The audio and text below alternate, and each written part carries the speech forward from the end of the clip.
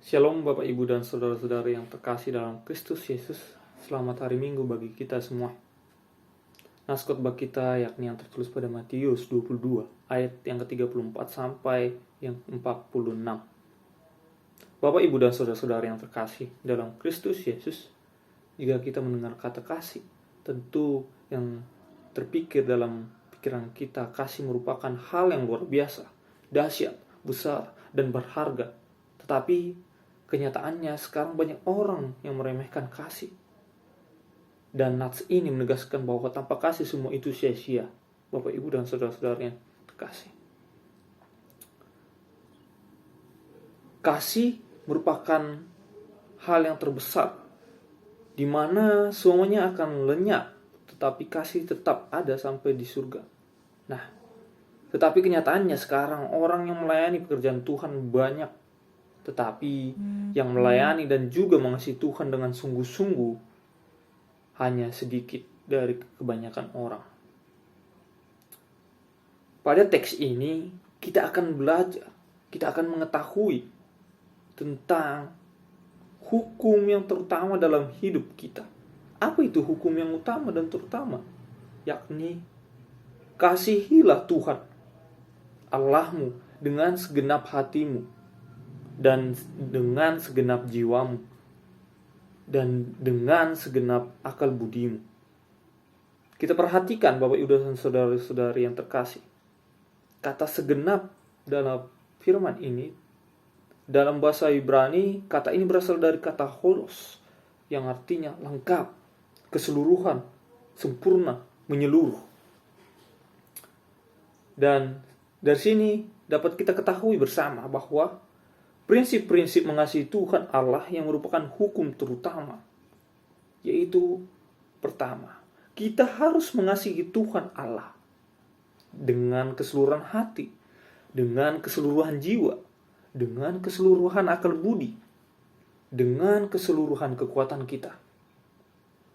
Jika hati, jiwa, akal budi, dan kekuatan kita masih terbagi-bagi untuk mengasihi dunia ini, mengasihi kedagingan, mengasihi harta, dan semua hal selain Tuhan Allah, maka Bapak, Ibu, dan saudara-saudari, sesungguhnya kita belum melakukan hukum yang terutama ini.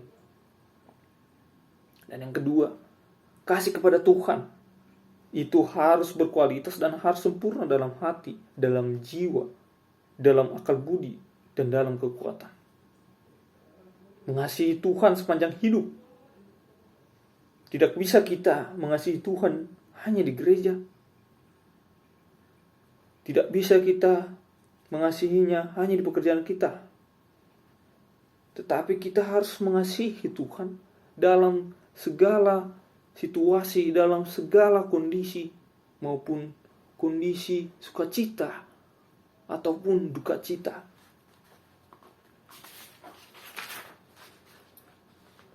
Bapak, Ibu, dan saudara-saudara yang terkasih dalam Kristus Yesus, lalu bagaimana seharusnya kita mengasihi Tuhan? Nah, ada beberapa poin atau cara menurut saya untuk mengasihi Tuhan, yaitu dengan segenap hati. Nah, tentu semua harus diawali dari hati kita. Mengasihi Tuhan dengan segenap hati artinya mengasihi dengan keseluruhan hati kita. Seluruh, jika 1 sampai 100, berarti 100% kita mengasihi. Dan jika ada orang yang memberikan 99% hatinya untuk Tuhan dan 1% sisanya untuk yang lain, artinya Bapak, Ibu, dan saudara-saudara yang terkasih, orang tersebut belum mengasihi Tuhan dengan segenap hati, dengan keseluruhannya. Seperti yang kita ketahui, iblis tidak butuh 50%. Bahkan hanya cukup 1% saja untuk membuat kita mendua hati. Karena itu mari kita mengasihi Tuhan dengan sungguh-sungguh. Jangan kita memberikan kesempatan kepada iblis untuk membuat kita berpaling daripada Tuhan. Seperti yang tertulis pada Efesus 4 ayat 27. Sedikit tempat di hati kita untuk yang lain sangat mungkin dipakai iblis untuk menjatuhkan kita. Hawa tidak perlu memakan buah sampai habis ketika di Taman Eden. Hawa hanya cukup menggigit satu gigitan saya dan iblis pun berhasil membuatnya jatuh ke dalam dosa, Bapak, Ibu, dan saudara-saudari. Begitu juga dengan Daud. Daud jatuh ke dalam dosa dengan Bathsheba hanya karena 1% di dalam hatinya melalaikan apa yang seharusnya dia lakukan mereka pada setiap tahun. Yesus juga pernah ditawarkan suatu kemegahan dunia. Dan jika Yesus mau menyembah iblis sekali saja, maka kemegahan itu akan diberikan kepada Yesus. Iblis telah menyampaikannya kepada Yesus, namun seperti yang kita ketahui, Yesus menolaknya dan lolos dari godaan iblis tersebut.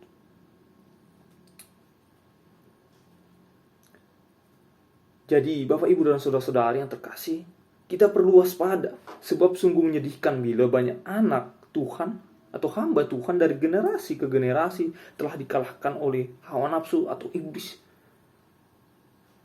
Tantangan yang lain juga pada umumnya menghalangi kita mengasihi Tuhan dengan segenap hati, yakni harta ataupun tahta.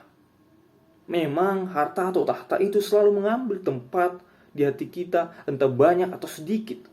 Karena itulah Yesus memberi peringatan akan hal ini. Di mana cinta harta atau bukan soal kaya dan miskin, tetapi soal ikatan. Orang yang terikat dengan harta akan bekerja keras dan menghalalkan segala cara untuk mendapatkan kekayaan tersebut. Jadi, Bapak, Ibu, dan saudara-saudara yang terkasih, kita patutlah jangan mengutamakan hal tersebut. Rasul Paulus juga mengikatkan bahwa akar segala kejahatan adalah cinta uang, seperti yang tertulis pada 1 Timotius ayat 6 ayat sampai 7. Bapak, Ibu, dan saudara-saudara yang terkasih, dengan segenap jiwa juga mengasihi Tuhan harus dengan sungguh-sungguh, tulus, tidak ada kepura-puraan, tidak ada keterpaksaan dari kita. Banyak orang yang telah terbiasa mengasihi sesama tetapi tidak dengan ketulusan. Akibatnya, Bapak, Ibu, dan saudara-saudari, tidak bisa juga mengasihi Tuhan dengan segenap jiwanya karena mereka sudah terbiasa melakukan atau mengasihi sesamanya karena terpaksa. Dan ternyata Tuhan merindukan kita mengasihi, melayani, dan bersekutu di segenap persekutuan dengan jiwa kita. Jadi, Bapak, Ibu, dan saudara-saudari, mari kita mengasihi Tuhan, melayani pekerjaan Tuhan dan semua kegiatan untuk Tuhan dengan segenap jiwa, hati yang tulus. Mengasihi Tuhan juga dengan segenap akal budi atau dengan pengetahuan kita, pengertian kita, dan pengenalan kita terhadap Tuhan. Di mana kasih dengan dasar perasaan ini merupakan kasih yang rapuh, tetapi kasih dengan dasar pengenalan adalah kasih yang kuat. Banyak orang yang mengasihi Tuhan dengan perasaan, merasa Tuhan baik karena memberkati mereka, tapi kemudian mundur saat merasa Tuhan tidak mengasihi. Itulah sebabnya kita ditekankan untuk mengasihi Tuhan dalam kondisi apapun, baik sukacita, baik duka cita. Bapak, Ibu, dan saudara-saudari yang terkasih, nats ini juga mengajarkan kita, kasihilah sesama manusia seperti dirimu. Poin ini merupakan mengasihi sesama manusia adalah perwujudan nyata dari mengasihi Tuhan Allah.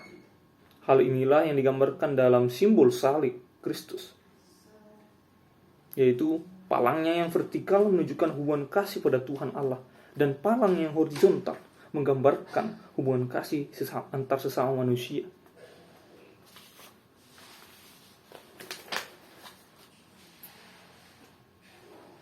Lalu Bapak Ibu dan saudara-saudara yang terkasih dalam Kristus Yesus, di manakah hubungan mengasihi sesama dengan mengasihi Tuhan Allah?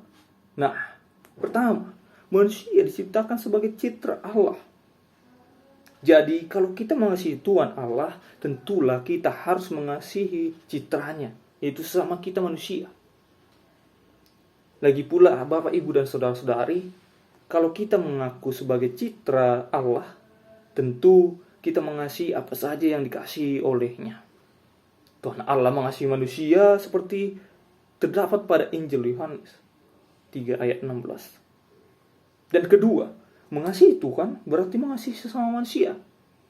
Yesus yang adalah Allah berkata, sesungguhnya segala sesuatu yang kamu lakukan untuk salah seseorang dari saudaraku yang paling hina ini, kamu telah melakukannya untuk aku. Jadi, bukti bahwa kita mengasihi Tuhan Allah tercermin dalam tindakan kita sehari-hari, dalam relasi kepada sesama manusia. Orang yang kelihatan mengasihi Tuhan Allah dengan rajin beribadah, tekun berdoa, tapi dalam hidup sehari-hari mereka tidak mengasihi sesama. Itu sama dengan bohong. Jadi Bapak Ibu dan saudara-saudara yang terkasih, hal seperti itu tidak disukai oleh Tuhan. Karena itu, setiap orang yang menyebut dirinya merupakan pengikut Yesus, hendaklah melakukan kedua hukum tersebut. Yaitu hukum kasih itu secara bersamaan dan berimbang. Karena itulah Bapak Ibu dan saudara-saudara yang terkasih, hukum utama dan terutama yang diberikan oleh Tuhan Yesus untuk pedoman hidup bagi pengikutnya, dan harus kita lakukan sesuai dengan kehendak Allah. Amin.